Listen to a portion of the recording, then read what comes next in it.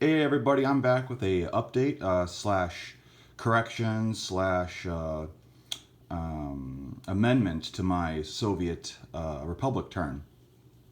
So, after seeing this particular game, how events have unfolded, and also people in the comments pointing out that they, somebody pointed out in the comments of my Soviet turn that that they were surprised I didn't align all three Mongolian territories, and the some teammates on, or not teammates, but people in our game chat pointed out that this seems unfair that the Soviets can do this, and I agree. It actually didn't dawn on me until that the Soviets can snag all three territories, because whenever I thought about snagging these territories, I thought about Amur and I thought about Siberia. And Siberia can't reach down here. It's just the two guys from Amur that can reach into both of these territories. But since the Soviets do start with Kazakhstan, I for some reason just, never registered with me, even though it obviously does, but I just never thought about it for some reason. The Soviets can align Kobdo as well from Kazakhstan because they start with Kazakhstan. Personally, I don't think that's worthwhile doing. I think it's better to go and attack this way. But anyway, my point being is that if the Soviets can align all three territories of Mongolia, that is most definitely unfair, especially with the present situation, even though my die rolling wasn't as good as I want it to be over there. But regardless, that is unfair, and that you can snag all those territories and that IPC away from the whites. So, kind of going to give you a little bit of a history lesson and my solution. So, basically, as the Russian Civil War was unfolding, the chaos that was happening everywhere, there was this crazy white Russian general. His name was, if I'm remembering it correctly, Baron von Ungern-Sternberg.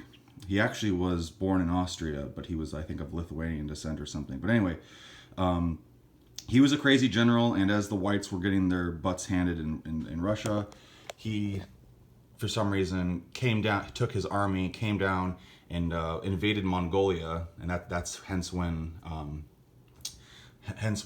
Russian spillover, Civil War spillover into Mongolia happened.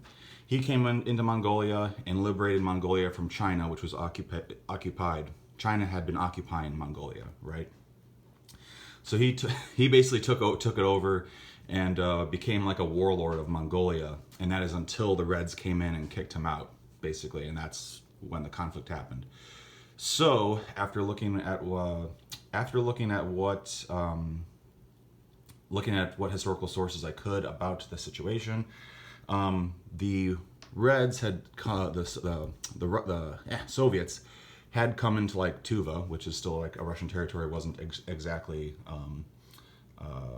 Mongolia, but they hadn't really gone into Mongolia nearly as much as Sternberg did. So to reflect that, I'm going to change this rule officially, that the whites have to come into these territories and align these territories first before the Soviets can come into there.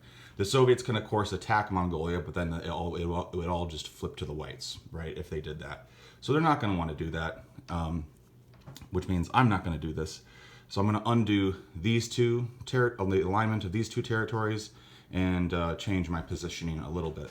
So get rid of these, put these back. Take this off, take this off. That means I'm going to go down a buck. So I only collected 10, so I'm going to remove one IPC.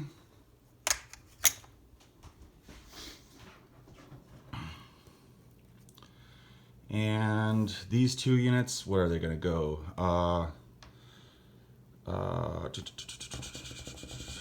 They are going to go...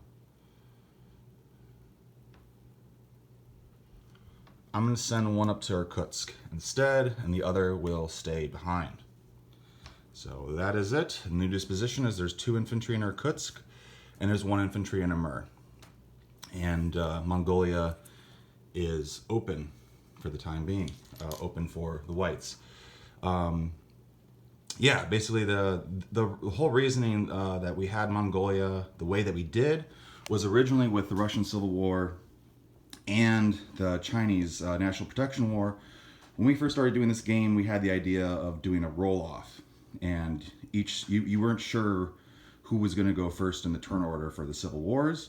Whoever rolled a higher die would get to go first.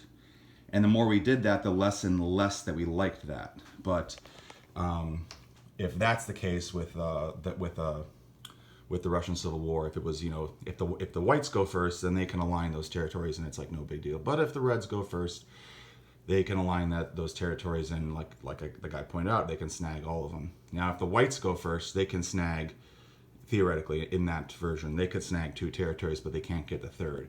But with the reds going first and being able to snag all 3, that's just completely unfair.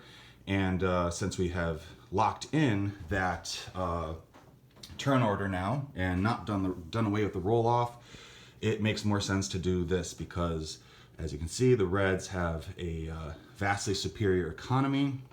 And while that is historically accurate, we do need some kind of relief for the whites in some regard.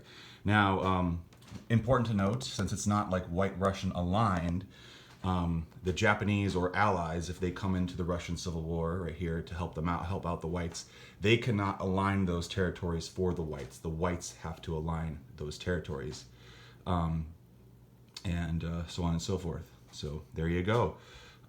That is my correction. That is my update. That is an official. I'm gonna go ahead and say it. That is an official rule update for Kings and Kaisers, and we will be putting that in version 1.5. I'm just gonna go ahead and say that's official. So now I'm gonna work on the phrasing for that rule. But anyway, or amendment to the Mongolian rule. So there you go. There you have it. Again. For a Prussian gamer, there's now 2 infantry in Irkutsk, 1 infantry in Amur, still 1 infantry in Tuva, and you get to access all those units and IPC right there. So there you go. On to the whites.